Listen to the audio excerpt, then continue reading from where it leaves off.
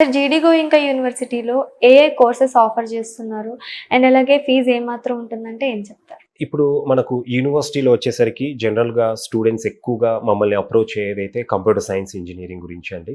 So, computer science ఇంజినీరింగ్‌లో మనము general లేదా కోర్ సీఎస్‌సి అంటాము. సీఎస్‌సిలో మళ్ళీ మనము specialisations, new age specialisations like artificial intelligence and machine learning, data science, cyber security, అలాగే ఈ year artificial intelligence and data science అనేది కూడా కొత్తగా స్టార్ట్ చేయబోతున్నామండి. సో, ఈ ప్రోగ్రామ్స్ అనేది మనము బోత్ ఐబీఎం అండ్ ఎన్విడియా కొలాబరేషన్స్‌తో ఆఫర్ చేస్తున్నామనమాట.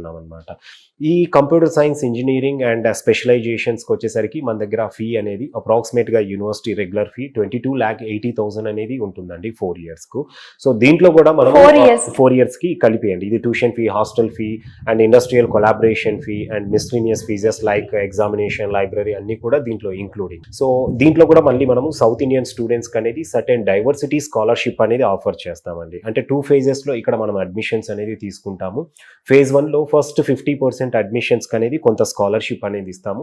ఫేజ్ 2లో వచ్చేసరికి మళ్ళీ రిమైనింగ్ 50% అడ్మిషన్స్‌కి అనేది స్కాలర్‌షిప్ కొంత కంపారిటివ్‌లీ ఫేజ్ 1తో కంపేర్ చేస్తే తక్కువ ఉంటుందన్నమాట. అంటే ఫేజ్ 1లో ఫీ అనేది తక్కువగా ఉంటుంది. ఫేజ్ 2 వచ్చేసరికి ఫీ స్లైట్లీ హయ్యర్ సైడ్‌లో ఉంటుందన్నమాట.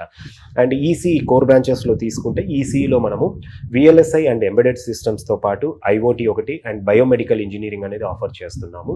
ఈ 3 స్పెషలైజేషన్స్ కూడా మనము బాష్ కంపెనీ కొలాబరేషన్‌తో ఆఫర్ చేస్తున్నామండి. అండ్ అలాగే మెకానికల్ ఇంజినీరింగ్లో వచ్చేసరికి మనకు ఆల్రెడీ పవర్ ఇంజినీరింగ్ అనేది మనం ఎల్ఎన్టీ కొలాబరేషన్తో ఆఫర్ చేస్తున్నామండి.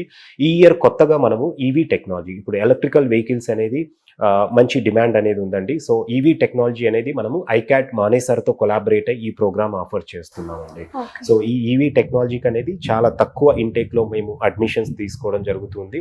అండ్ దీనికి ఐకాట్ మానేసర్తో కొలాబరేషన్ ఉంది కాబట్టి దీంట్లో దాదాపు స్టూడెంట్కు అంటే ఒక మంచి ప్లేస్మెంట్స్తోనే ఇక్కడ ఫైనల్ ఇయర్ తర్వాత బయటికి వచ్చే అవకాశం అనేది ఉంటుందండి. అలాగే సివిల్ ఇంజనీరింగ్లో మనము స్మార్ట్ ఇన్ఫ్రాస్ట్రక్చర్స్తో పాటు ఏరోస్పేస్ ఇంజనీరింగ్ కూడా ఆఫర్ చేస్తున్నాం. ఏరోస్పేస్ ఇంజనీరింగ్ అనేది మన దగ్గర ఒక సిగ్నేచర్ ప్రోగ్రామ్ అని చెప్పొచ్చండి.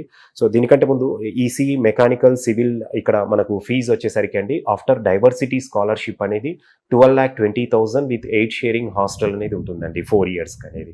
సో, ట్యూషన్ ఫీ, హాస్టల్ అంతా కలిపి ఇంకా అన్ని దీంట్లో ఫీ అంతా కొలాబరేషన్ ఒకదా? ఫీజెస్ అంతా కలిపి 12,20,000 ఫర్ 4 ఇయర్స్ అనేది ఉంటుందన్నమాట. అండ్ ఏరోస్పేస్ ఇంజనీరింగ్ అనేది మన దగ్గర సిగ్నేచర్ ప్రోగ్రామ్ అని చెప్పొచ్చండి. ఎందుకంటే ఏరోస్పేస్ ఇంజనీరింగ్‌కు మన దగ్గర స్పెషలైజేషన్స్‌తో ఈ కోర్స్ అనేది ఆఫర్ చేస్తున్నాం. దీంట్లో aerospace engineering with commercial pilot license కూడా మనము ఈ ప్రోగ్రామ్ అనేది ఆఫర్ చేస్తున్నాం అనమాట. సో, జనరల్‌గా చాలా ఇన్స్టిట్యూషన్స్‌లో ఏరోస్పేస్ ఇంజనీరింగ్ ప్లెయిన్ ప్రోగ్రామ్ అనేది ఉంటుంది. అండ్ ఇక్కడ మనం చూసుకుంటే గనక ఫస్ట్ 2 ఇయర్స్ అనేది స్టూడెంట్స్ ఫిజిక్స్, మ్యాథమెటిక్స్, థర్మోడైనమిక్స్ మీద, అలాగే solid mechanics and fluid mechanics లాంటి టాపిక్స్ మీద ఫస్ట్ 2 ఇయర్స్ జనరల్ టాపిక్స్ మీద అనేది ట్రైన్ అవుతారు. థర్డ్ ఇయర్‌లో కంప్యూటర్ సైన్స్‌లో ఎలాగైతే మనము artificial intelligence and machine learning, data science ఇలాంటి స్పెషలైజేషన్స్ ఉన్నాయో ఇక్కడ ఏరోస్పేస్ ఇంజనీరింగ్లో కూడా మనము 4 స్పెషలైజేషన్స్ అనేది ఆఫర్ చేస్తున్నాం అనమాట. వీటిల్లో ఏరోనాటిక్స్ అనేసి, astronautics, avionics and defence technology ఈ 4 స్పెషలైజేషన్స్ అనేది మనము స్టూడెంట్ థర్డ్ ఇయర్లో ఒక స్పెషలైజేషన్ సెలెక్ట్ చేసుకొని పర్టికులర్ ప్లాట్ఫామ్ మీద వాళ్ళు ఎక్స్పర్టైజ్ అవ్వడానికి మనం అవకాశం అనేది కల్పిస్తున్నాం అనమాట. అండ్ ఏరోస్పేస్ ఇంజనీరింగ్ అనేది మన దగ్గర మళ్ళీ ఫైనల్ ఇయర్లో స్టూడెంట్ యూరోపియన్ కంట్రీస్కి అనేది వెళ్ళాల్సి ఉంటుందండి. సో, ఎందుకంటే ఇక్కడ ఏరోస్పేస్ ఇంజనీరింగ్కు ఏ ఇన్స్టిట్యూషన్ తీసుకున్నా మనం ఐఐటీస్ దగ్గర నుండి మనము టైర్ 1 ఇన్స్టిట్యూషన్స్ దేంట్లో తీసుకున్నా కూడా ఇన్ఫ్రాస్ట్రక్చర్ పరంగా, ఫ్యాకల్టీ పరంగా ప్రాబ్లం ఉంటుంది.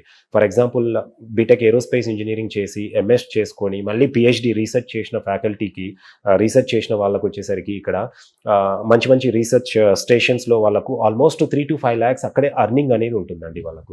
సో, వాళ్ళు ఇక్కడ ఫ్యాకల్టీగా వచ్చి 50,000, 1 lakh అనేది శాలరీకి అనేది ఇన్స్టిట్యూషన్స్లో చేయడం ఉంటుంది కాబట్టి మనం ఇక్కడ స్టూడెంట్కు 3 ఇయర్స్‌లో కావాల్సిన నాలెడ్జ్ అనేది ఇస్తూనే వీళ్ళు స్కిల్ గెయిన్ చేసుకోవడానికి మనము రెప్యూటెడ్ యూనివర్సిటీస్‌తో, యూరోపియన్ కంట్రీలో ఉన్న యూనివర్సిటీస్‌తో కొలాబరేట్ అయ్యి ఫైనల్ ఇయర్ స్టూడెంట్ అనేది స్కిల్ పాయింట్ ఆఫ్ వ్యూ అక్కడికి పంపిస్తాం. అక్కడ 6 months అనేది వీళ్ళు స్టూడెంట్ ట్రైన్ అయ్యి 6 months ఇంటర్న్‌షిప్ చేసుకోవడానికి అవకాశం అనేది కూడా కల్పిస్తున్నాం.